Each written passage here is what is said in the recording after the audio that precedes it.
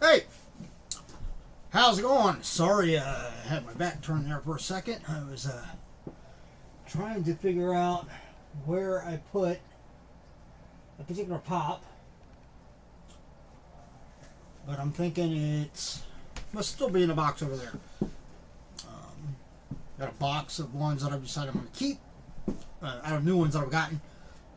And of course I got to try to make room. I'm going to go through and get rid of a few over there that, you know, when I first got them I was like, oh, that's pretty cool, I'll hold on to it. And now that I'm kind of running out of room, I'm going back through, and ones that I'm not really attached to, I'm going to go ahead and eventually get around to listing them for sale. So, but here I am now. Hope everyone's having a wonderful day. I'm going to dive back in to this Cards One box and go through some more of the comics. And see, if you saw my last video, you saw that I got one that was kind of a unique cover. It was basically just Image, kind of a block art type cover with a big eye on it. And inside it was basically showing all the artists, like biographies of the artists from Image. So I've actually set that one aside. I'm going to try to, I read a few of them, and it's kind of cool. It talks about their, you know, the most prominent comics that they were a part of, and in particular where they first got their big breaks, and the first comics that they did. And I think I'm going to stop in at some of the local comic shops around here, and you know, chances are I might not be able to find those, but then again, I might be able to. Or for that matter, I probably should go back through my own comics and see if I might have some of those issues, because I remember seeing, when I was going through some comics before, the title Coyote, which was Coyote number 11, was the first published work of Todd McFarlane. And I remember seeing, I think, a couple of issues of a comic called Coyote. Now, whether I have number 11 or whether I have, because he worked on a few of them, through like number 11 to 18 or 16 or something like that, I think. But, you know, I might have some of those. But, yeah, so it was a pretty cool comic. And, you know, maybe we'll find something like that in, or something equivalent, something just as good, in some more. So, let's go. We'll pull out another stack. I'm going to say I probably have enough left in this box to do one more short video after this one, and then we'll hopefully be getting dived into the big box back there that I'm really hoping has some Marvel and DC in it. We'll find out. So here we go. We've got Image once again. A lot of Image titles in there, which I love. I love Image. It's number 3 of, it looks like that says Brass. This is one I have never heard of.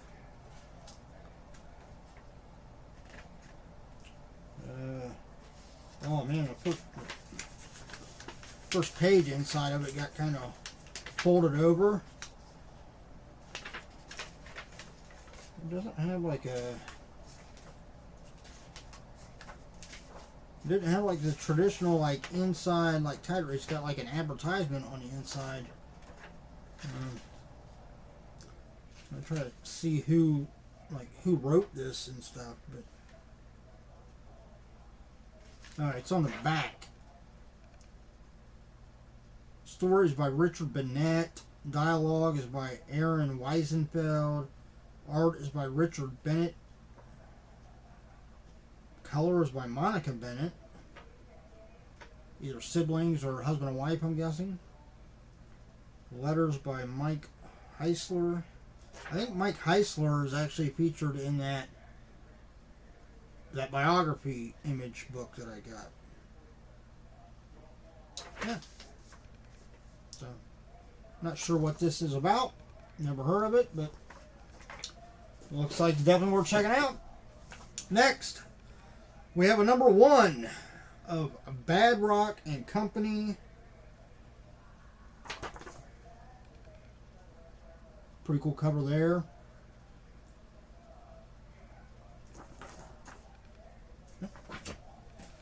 Next, we have, this is from Image. It's cover A. We have G.I. Joe, Real American Hero versus Transformers. So 2 iconic lines there, battling each other. Those are both toys I remember having when I was younger. Wish I would have held on to them. They're probably worth a small fortune now. But kids will be kids. There ain't too many things that I have from when I was a kid. Actually, I have my Castle Grayskull from when I was little. It doesn't have any accessories with it anymore. I've been thinking about trying to go in and piece together all the accessories for it, so I have a complete thing again. Maybe try to find the decals, because those came off long ago. But yeah, we've got all those. I think, I could be mistaken, but I think my mom, maybe up at their attic or something, might actually still have some of the old, like, Fisher Price sets that I had when I was little. Those are probably worth a small fortune too. But yeah, outside of that, don't really. Well, I have my Atari 2600 with some of the games from when I was younger, and it still works. I don't have a way to actually hook it up to my TVs now and actively play it, but I know it was just a few years ago there was an older TV that I was able to hook it up to and test it out, and it seems that it still works. Moving on, we have a number 3 Image Trouble Man. Never heard of this one.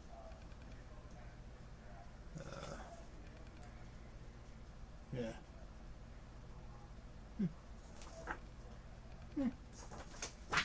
Might be good. I don't know. Alright, next we have from Homage Comics.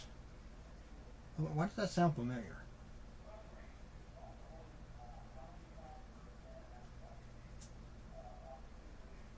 Sounds really familiar. I think I might actually, I think somebody from the Image may have worked on for Homage Comics when they started out.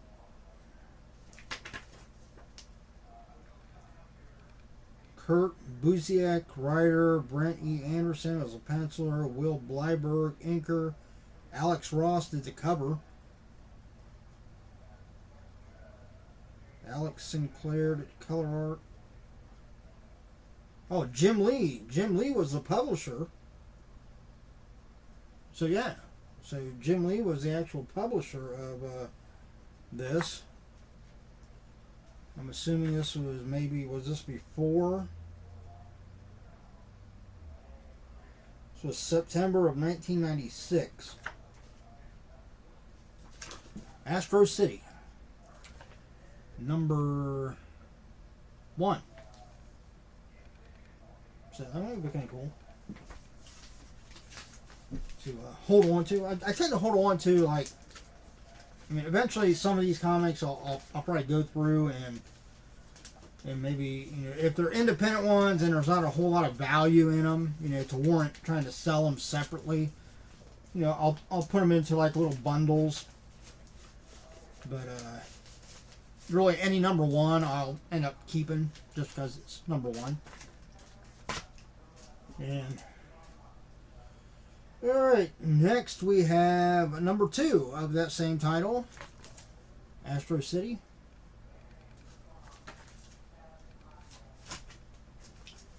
And next we have number 3 of Astro City.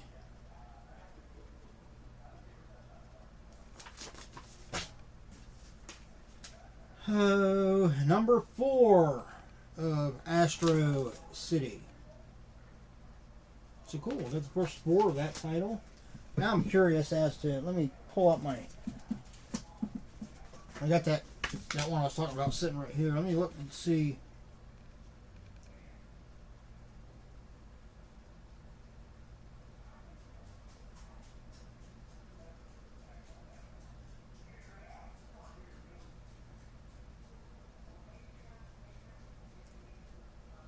No, it doesn't say anything Jim Lee. So, not on that title at least, other than he was, the publisher. All right, next we have from Image. This is a number 0 of Invincible. I believe that's a. Wasn't that made into a series, a TV series? I'm thinking.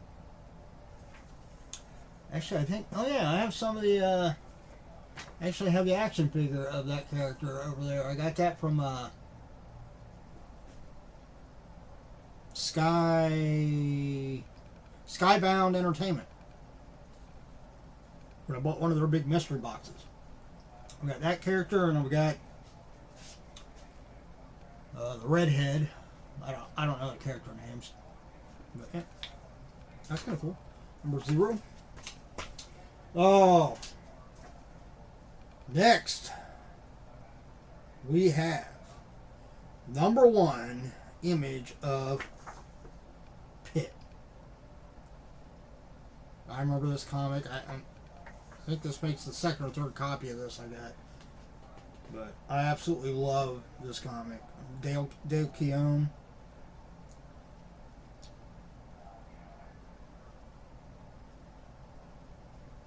Yeah, the other thing obviously has him in it. It also has Chance Wolfe, who did the letterer. He was the letterer on this. Yeah, I always get Dale Keown. For some reason, I always think of Savage Dragon. Him, Eric Larson is Savage Dragon. I always think Dale Keown was Savage Dragon too. I don't know whether he actually worked on Savage Dragon at one time. But yeah, this is like his I think like main character creation is Pit. Yeah, if you ever get a chance to check out this particular comic character, do it. All right, next, speaking of Eric Larson, we have a number 3 of The Savage Dragon. Another really good series. I'd love to see him make a movie of The Savage Dragon. That'd be great. I think a lot of these Image titles, they should do I think Todd McFarlane should get his fellow creators from Image together and hook up with some good production studios. Get some backers from directors and producers and stuff, and Hollywood and so forth, and do kind of their own little combined universe of the Image characters. I think that'd be amazing. But they would have to make them, more adult-oriented movies. Go for that rated R rating. That's how they would need to be. Which I'm looking forward to. I know he's still working on the new Spawn. He's kind of taking creative control over the kind of reboot or the Spawn movie that eventually is going to come out sometime. And I think he's pretty much gunning for an R rating, which, that's how it should be. We're talking Spawn.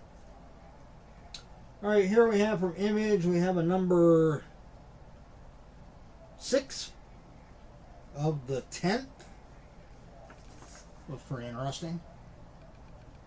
Creepy ass character there. Never heard of this one.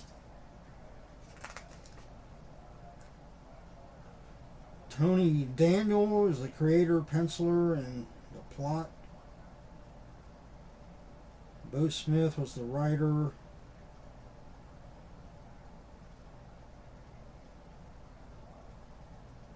Celine Crawford and Livesay were the inkers.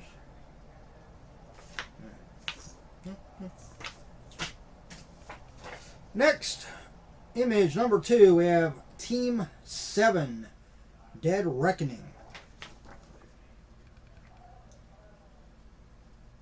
Military characters there. Where is the...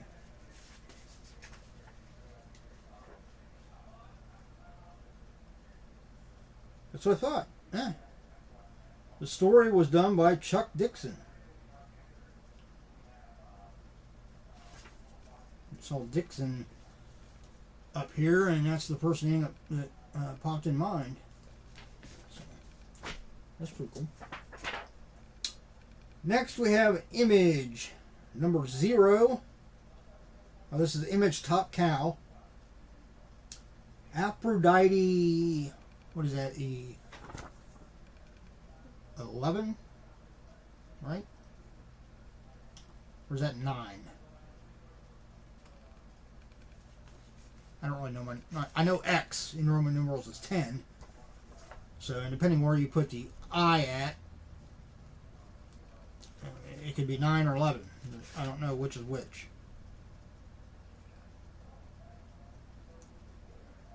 Dave Finch was a penciler on here. And he helped do the story along with David Wool.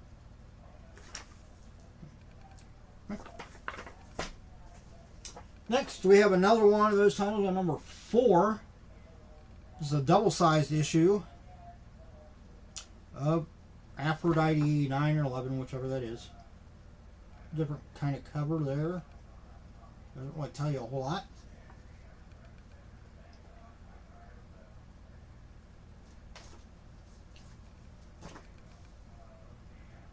Tell you how old these comics are. They're showing a advertisement for like the DVD of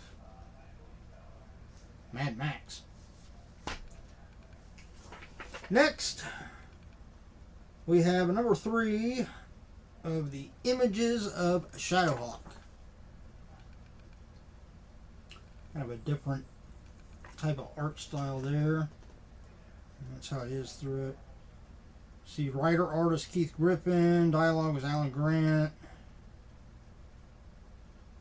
Editor, creator Jim Valentino. Cool.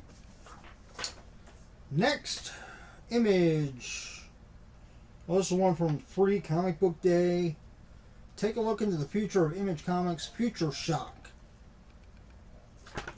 Showing a bunch of different characters there. Of course, there you have Shadowhawk. You have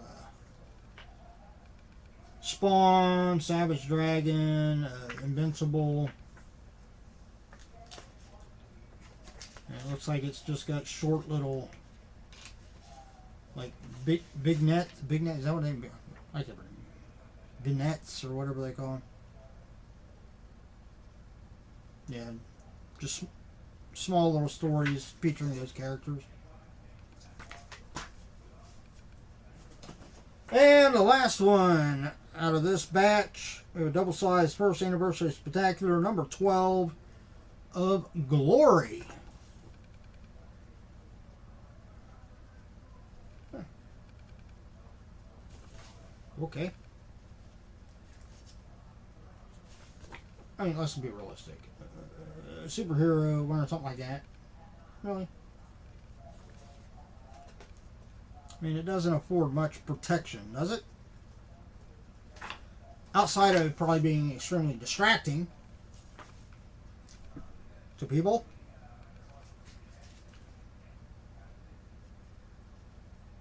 Man, that guy looks freaking huge.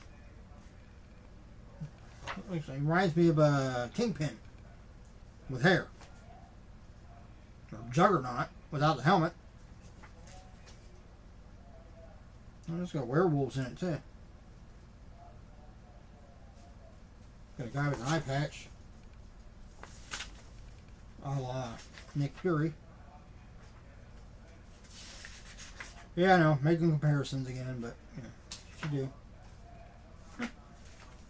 do. Cool. Alright, that's it. That's all I got. Everybody, once again, stay safe and stay healthy. Look out for yourself and those around you. Except probably got enough comics in this box to do one more video with this box. And then we'll move on to what's next. Maybe I'll have some Funkos then to unbox.